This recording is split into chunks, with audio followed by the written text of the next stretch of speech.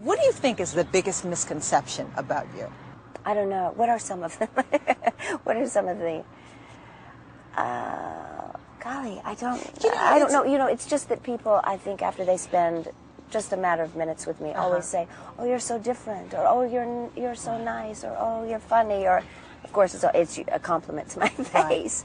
But I think that people sort of, when you're a celebrity, if that's what you want to call it, want to think things about you, whether it's good or bad. In other words, I think that for all the negatives they may put attached to you, there's just as many positive or expectations that there's no way for you to live up to, you know. After the whole David Letterman thing, you had to deal with so many rumors about that.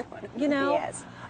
What was that like? I mean, that must have hurt a lot, and you, like Franny, must have wanted to say, "Hey, you know, cut it out. Stop saying these things. This is not true." Well, I sort of did. I called I think the guy who wrote in New York. A guy wrote about it, and so I said, "Let me talk to him," because it was so opposite.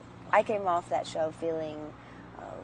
My parents said, "Go, have a good time." I was extremely tired, and I said, "I don't know how I'm going to do this. Just go, have a sense of humor, have fun." So that's what Dave and I were actually doing, and you know, the audience and their reaction, their response was really exaggerated. They were outside, you know, the Ed Sullivan Theater, and so there was this sense of energy, you know, a lot of energy. So I was dealing with people over there, and you don't know that when it's broadcast, that they can take the audience, the noise level, the sound level down. So every time I would start to talk and they'd do something, you know, it seemed like I guess that I forgot what I was going to say, or that what's the biggest misconception? Incoherent.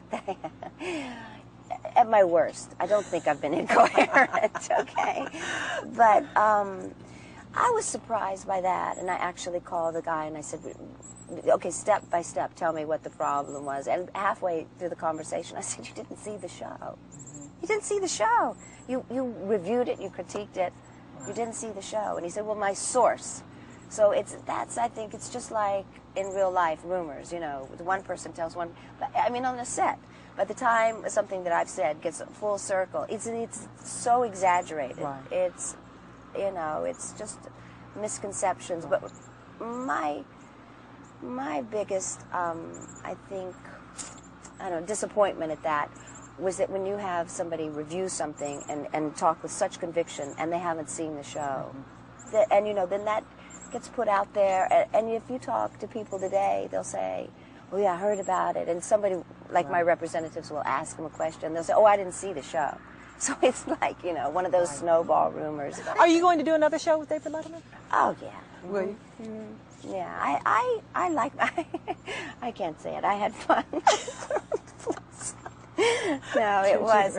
Yeah, he was, you know, it's really to keep up with Dave, because he's not only a comic, he's intellectual one, you know, and it's that kind of that offbeat, which just fit right in with me, but another time. The other thing that happens when you are a celebrity, I mean, come on, everybody goes through breakups, but your breakups are on the front pages of the magazine. Even breakups I don't really have. This is amazing.